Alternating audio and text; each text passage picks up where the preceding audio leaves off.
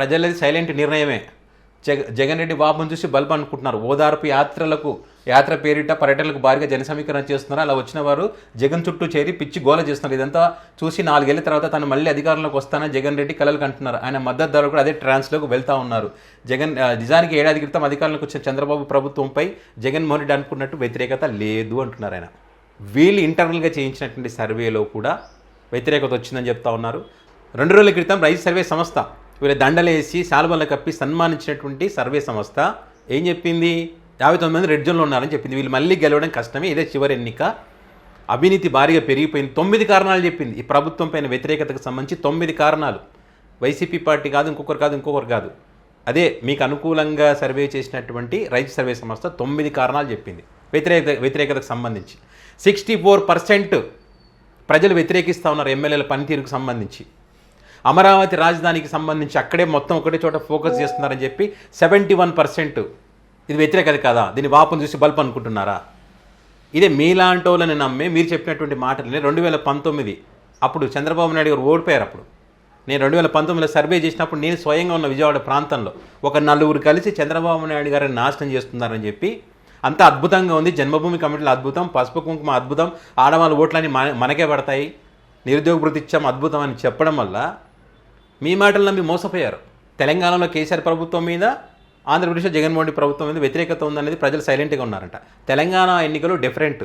మళ్ళీ కేసీఆర్ గారికి గెలిచేటువంటి అవకాశం ఉన్నది. ఇక్కడ అల్లంపూర్ టు ఆదిలాబాద్ వరకు నేను సర్వే నిర్వహించాను. దగ్గర 70 నుంచి 80 నియోజకవర్గాలు తిరిగా నేను. అల్లంపూర్ టు ఆదిలాబాద్. ఏ పొరపాటు ఎక్కడ జరిగింది తెలుసా? ఒక 30 మంది ఎమ్మెల్యేలు కనుక మార్చి ఉంటే మళ్ళీ కేసీఆర్ గారే ముఖ్యమంత్రి అయ్యేటోళ్ళు. ప్రజలు ఏం చెప్పారు? మా ఎమ్మెల్యే మంచోడు కాదు, మా ఎమ్మెల్యే ఓడిపోవాలి, కేసీఆర్ ముఖ్యమంత్రి కావాలని చెప్పారు. రైతులు హ్యాపీగా ఉన్నారు. మీరు ఏ రోడ్డు కనుమండి ఆ రోడ్లు అద్భుతంగా ఉన్నాయి. ఇంటికి తాగునీరు, ఎప్పుడూ నీటి కోసం కొట్లాడేటువంటి గ్రామాల సైతం తాగునీరు అద్భుతంగా వచ్చింది. ఇంటింటికి తాగునీరు, కళ్యాణ లక్ష్మి, షాదీ ముబారక్, ఇట్లా ఈ పథకం రాలేదు. రైతు బంధు ఇది లేదు అనకుండా ప్రతి ఒక్కరు కూడా సంతోషంగా ఉన్నటువంటి పరిస్థితి. ఇప్పుడు కాంగ్రెస్కి టీడీపీకి గతంలో కంచుకోటలు అనేటువంటి నియోజకవర్గాలకు కూడా కేసీఆర్ గారిని అభిమానించినటువంటి పరిస్థితి. నేను స్వయంగా తిరిగి చూసిన విషయాన్ని చెప్తా ఉన్నాను. అంటే ఆ ఎమ్మెల్యేలు 2 టర్ములు 3 టర్ములు అయినటువంటి ఎమ్మెల్యేలు ఉన్నారు. వాళ్ళ మీద తీవ్రమైన వ్యతిరేకత కారణంగా ఓడిపోయారే తప్పితే కేసీఆర్ గారి మీద వ్యతిరేకత కాదు. మీరు కావాలంటే 100 సర్వే సంస్థలు తీసుకొచ్చి మళ్ళీ సర్వే చేయించుకోండి, ఇదే వస్తుంది, ఇదే తేలుతుంది. ఎక్స్పీరియన్స్తో చెప్తా ఉన్నా. సో డిఫరెంట్ అది ఇది. సో జగన్మోహన్ రెడ్డి గారికి సంబంధించి అనుకోండి, అక్కడ 40% ఓట్లు సాధించాడు. 3 కలిసి పోటీ చేశారు. సో తప్పులు లేవంటే కొన్ని తప్పులు ఉన్నాయి చెప్పడానికి. వాళ్ళ క్యాడరు, వాళ్ళ పార్టీ నాయకులు కొంత అసంతృప్తి ఉన్నటువంటి మాత్రం కొన్ని కారణాలు ఉన్నాయి. ఓడిపోయారు వాళ్ళు. ఓటమి నుంచి పాఠాలు నేర్చుకుంటారు, మళ్ళీ గెలుస్తారు. ఇప్పుడు ఈ 2019లో 23 స్థానాలు చరిత్రలో ఎప్పుడు లేదు టీడీపీ పార్టీకి. ఇంకా అయిపోయింది, పార్టీ లేదు బొక్క లేదని చెప్పి అచ్చెన్నాయుడే అన్నాడు. మరి అలాంటి పార్టీ మళ్ళీ ఇప్పుడు అధికారంలోకి వచ్చింది కదా. అది ఈ కారణాలు ఏమైనా అధికారంలోకి వచ్చారు కదా. సో ఇట్లాంటి కారణంగా జగన్మోహన్ రెడ్డి అర్థం చేసుకోవడం కష్టం అంట. జగన్మోహన్ రెడ్డి అని కోని అర్థం చేసుకోవడం కష్టం అంట. మిమ్మల్ని అర్థం చేసుకోవడం కష్టం. మీరు ఎవరికి అర్థం గారు, ఎప్పుడేం మాట్లాడతారో తెలియదు, ప్రజల్ని ఏ రకంగా తప్పు పట్టిస్తారో తెలియదు. ఏదో ఒక కొత్త టాపిక్ తీసుకొచ్చి ఫ్రంట్ పేజీల్లో ఈవినింగ్ డిబేట్లలో పెట్టేసి దీని గురించి చర్చ పెట్టేస్తారనమాట. అంటే జనాలు ఒకటి ఆలోచిస్తే వీళ్ళు ఒకటి చెప్తూ ఉంటారనమాట. వీళ్ళు మొత్తం ఇదే జనాల్లో ఒక చెడుని ఎక్కించేటువంటి ప్రయత్నం వీళ్ళు చేస్తూ ఉంటారు. ఎప్పుడు ఏం చేస్తారో తెలియదు ఎవరికి. వీళ్ళని అర్థం చేసుకోవడం, వీళ్ళ బ్యాచ్ని అర్థం చేసుకోవడం కష్టం. 2019కు ముందంట ఇక్కడ చూడండి, ఆ సామాజిక వర్గంపై ఇతర సామాజిక వర్గాల విద్వేషాన్ని నింపి రాజకీయంగా లబ్ధి పొందిన జగన్మోహన్ రెడ్డి అధికారంలోకి వచ్చిన తర్వాత సదరు సామాజిక వర్గాన్ని అంటరానిదానిగా చూశారు. పలానా సామాజిక వర్గం వారికి ప్రభుత్వం పనులు కాకూడదని పరోక్షంగా ఆదేశాలు జారీ చేశారు. తెలుగునాట ఎన్నడూ లేని విధంగా ఆ సామాజిక వర్గానికి మంత్రివర్గంలో ప్రాధాన్యత లేకుండా చేస్తారు. ఇప్పుడు అదే జగన్మోహన్ రెడ్డి కమ్మ సామాజిక వర్గం ఏం పాపం చేసిందని వాపోవడం రోతగా ఉందంట. అయ్యే చంద్రబాబు నాయుడు గారు డైరెక్ట్గా ఇప్పుడు వైసీపీ పార్టీకి ఎవరు కూడా సహకరించకండి అన్నాడు. వైసీపీ పార్టీ మమ్మల్ని ప్రశ్నించకూడదు అంటున్నాడు. అంటే ఆ పార్టీలో అన్ని వర్గాలు ఉంటారు, అన్ని సామాజిక వర్గాలు ఉంటాయి. ఆ పార్టీలో ప్రశ్నించకూడదు అంటున్నారు. మరి ఎవరు రోత ఇక్కడ? ప్రశ్నించకూడదు, వాళ్ళకి సాయం చేయకూడదు, అర్హులైన వారు ఉంటారు. ఏ ప్రభుత్వానికి ట్యాక్స్ కట్టడం లేదా? వాళ్ళు ఆంధ్రప్రదేశ్లో లేరా? రాజ్యాంగం వాళ్ళకి కల్పించిన హక్కును వాళ్ళు వాడుకోవద్దా? దాన్ని కూడా వద్దంటున్నారు కదా. దాని గురించి మనం రాయమా? కమ్మ సామాజిక వర్గం గురించి మాట్లాడారు. ఏం మాట్లాడకూడదా? మీకు ఒక్కటే రైట్స్ ఉన్నాయా? జగన్మోహన్ రెడ్డి గారికి లేవా? రెడ్డీసు, ఎస్సీ, ఎస్టీలు, మరి జగన్ గారిని ఎక్కువగా అభిమానించే వాళ్ళు, మైనార్టీ, వీళ్ళందరూ కూడా ఇక్కడ టీడీపీని అభిమానించే వాళ్ళు లేరా? మీ ఛానల్ చూసేవారు లేరా?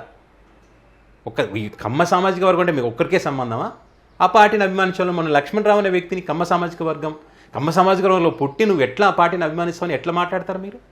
మీకు ఏం హక్కు ఉంది? ఆ వ్యక్తి ఇష్టం, అది ఏ పార్టీనైనా ఇష్టపడతారు, మీరెవరు అడగడానికి? ఆ వ్యక్తి ఇష్టం. అలాంటి వ్యక్తులకు సంబంధించి మీకు అంత ప్రేమను ఉంటే వల్లభనేని వంశీని ఒక కేసులో బెయిల్ ఇస్తే ఇంకొక దానిలో ఇరికించి ఆరోగ్యం బాగాలేకున్నా కూడా, అస్వస్థకు గురైనా కూడా, డాక్టర్లు చెప్తున్నప్పుడు కూడా, న్యాయస్థానాలు చెప్తున్నప్పుడు కూడా ఎందుకని లోపల పెడతా ఉన్నారు బయటికి రానియకుండా? అంత ప్రేమ ఉంటే దానికి ఆన్సర్ ఉండదు. ఇదే కమ్మ సామాజిక వర్గంలో నిరుపేదలు చాలామంది ఉన్నారు. కొందరికి మాత్రమే ఈ అధికార పార్టీతో ఉన్నటువంటి బంధాలను, అధికార పార్టీతో ఉన్న రిలేషన్తో వాళ్ళు మాత్రమే ఆర్థికంగా బలపడతా ఉన్నారు. కమ్మ సామాజిక వర్గంలో అనేక మంది పేదలు తిండి తినడానికి కూడా ఇబ్బంది పడుతున్నటువంటి పరిస్థితులు ఉన్నాయి. వాళ్ళ గురించి మనం మాట్లాడం, వాళ్ళ గురించి అడిగితే తప్పు అంటాం, నీకు రైట్స్ లేవంటాం. ఏమన్నా పాకిస్తాన్లో ఉన్నావా లేవనడానికి? ప్రజాస్వామ్యం ఇది.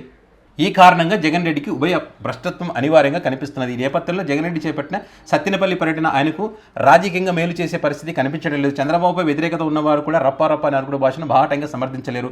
ప్రజలను ఉన్మాదులుగా మార్చాలని జగన్ అని భావిస్తున్నారు, కానీ ప్రజలు తెలివైన వారు అనేక సందర్భాలు రుజువైంది. వివిధ కారణాల వల్ల ఆంధ్రప్రదేశ్లో పిల్ల సైకిల్ సంఖ్య పెరిగిపోయింది. అదే సమయంలో రాష్ట్రంలో ప్రశాంత పరిస్థితులు ఉండాలనుకునేవారు జగన్ రెడ్డికి శాశ్వతంగా దూరం అవుతున్నారు. నీలి మీడియాకు తోడుగా కూలి మీడియా అండగా ఉండగా తమకు తిరిగి ఉండదని జగన్ భావించవచ్చు. కానీ ఈ మీడియానే 2024 జగన్ ఘోర పరాజయాన్ని నిరోధించలేకపోయింది. జగన్ రోత ఛానల్ పిచ్చివాగుడు వాగిన వారు ఇప్పుడు వారు అనుభవిస్తారంట.